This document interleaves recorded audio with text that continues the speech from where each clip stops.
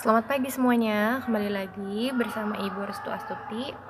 Kali ini Ibu akan membahas mengenai metabolisme.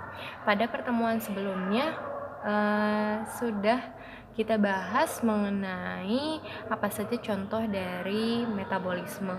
Kalian masih ingat ya bahwa metabolisme itu terbagi menjadi dua. Ada katabolisme dan ada anabolisme. Kalau katabolisme yang dirubah adalah senyawa kompleks menjadi senyawa yang sederhana. Sedangkan yang anabolisme sebaliknya, yang diubah adalah senyawa sederhana menjadi senyawa yang lebih kompleks. Nah, sekarang Ibu bahas metabolisme. Dalam proses metabolisme itu memerlukan dua komponen ya. Yang pertama adalah komponen enzim, kemudian ada ATP. Ini yang dibutuhkan. Jadi, metabolisme baru bisa dilakukan kalau sudah ada enzim dan ATP. Nah, sekarang yang enzim. Enzim itu sendiri bekerja sebagai biokatalisator atau katalis organik. Nah, apa itu katalis? Katalis adalah senyawa kimia yang mempercepat reaksi tetapi tidak ikut bereaksi. Atau dengan kata lain, dia ini kerjanya hanya untuk menghasilkan produk ya. Jadi hanya membantu menghasilkan produk.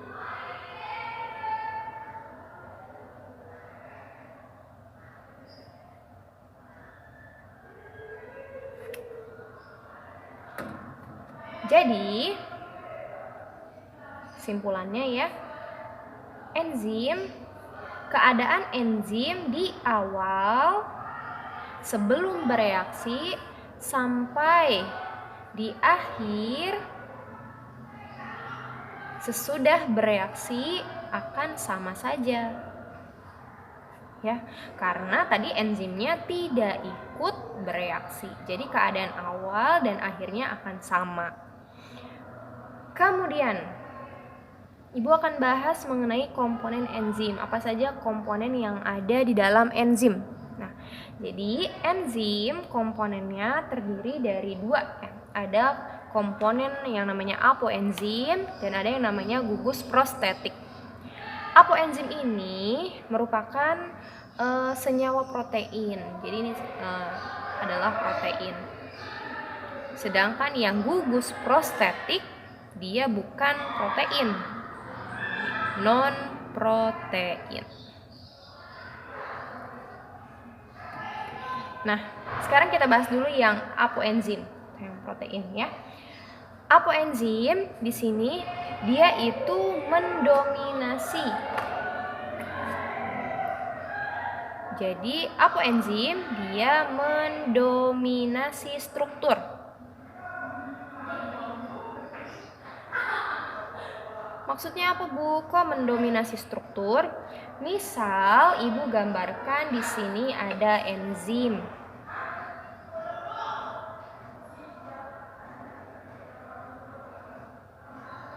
Nah, misalkan ya bentuk enzimnya seperti ini. Nah, bagian badan ini nih ya semuanya ini adalah apoenzim. Ya. Jadi dia mendominasi seluruh struktur dari enzim. Kemudian enzim punya dua sisi. Ada sisi aktif dan ada sisi alosterik. Kita tambahkan dulu ya. Jadi memiliki dua sisi. Ada yang namanya sisi aktif dan ada yang namanya sisi alosterik. Nah, yang mana yang sisi aktif, yang mana yang sisi alosterik? Kalian perhatikan ya. Sisi aktif adalah sisi yang tempat berikatan dengan substrat atau tempat pengikatan substrat. ya. Jadi sisi aktif itu adalah tempat mengikat substrat.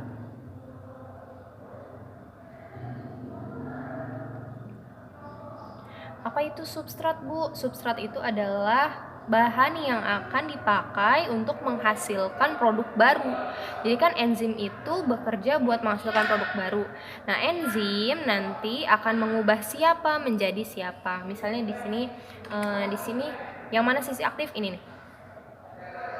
Ini ya. Ini adalah bagian dari sisi aktif.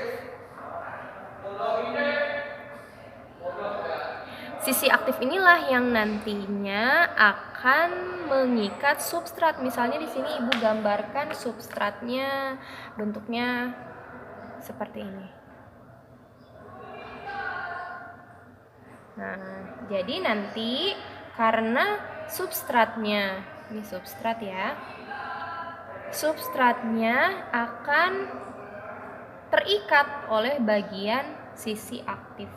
Nanti jadi enzimnya akan bentuknya kira-kira seperti ini. Karena sudah berikatan dengan substrat.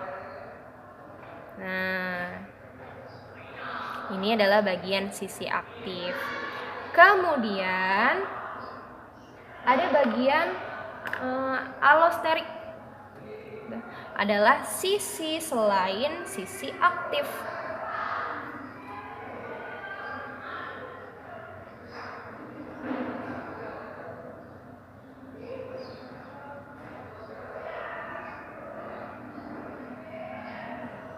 Nah, jadi bagian alosterik adalah bagian atau sisi selain dari sisi aktif. Berarti bisa di sini, bisa di sini, bisa di sini ya.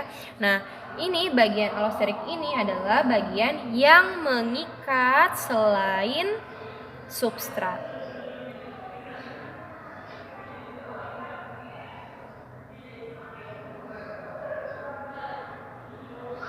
Gitu. Kemudian tadi ya nih gugus prostetik. Gugus prostetik di sini misalkan Ibu gambarkan gugus prostetiknya ada di sini. Ya. Kalau dikeluarkan bentuknya seperti ini. Nah, ini adalah gugus prostetik.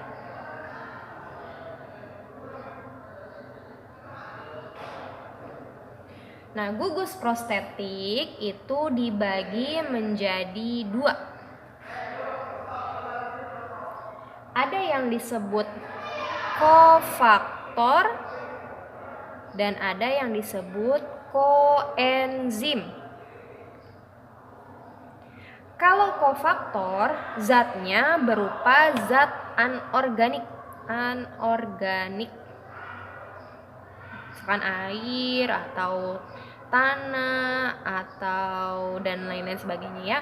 Kalau koenzim adalah zat yang berupa organik. Ya. Oke, ini misalkan contohnya besi Fe, kemudian Cl dan Ca. Nah, organik contohnya ada vitamin D dan lain sebagainya. Jadi itu tadi ya, ada dua komponen dari enzim. Ada apoenzim dan ada gugus prostetik. Kalau apoenzim sifatnya protein. Kalau yang gugus prostetik bukan enzim. Kemudian kalau apoenzim strukturnya dia mendominasi. Jadi bagian terluas dari enzim adalah apoenzim ini ya.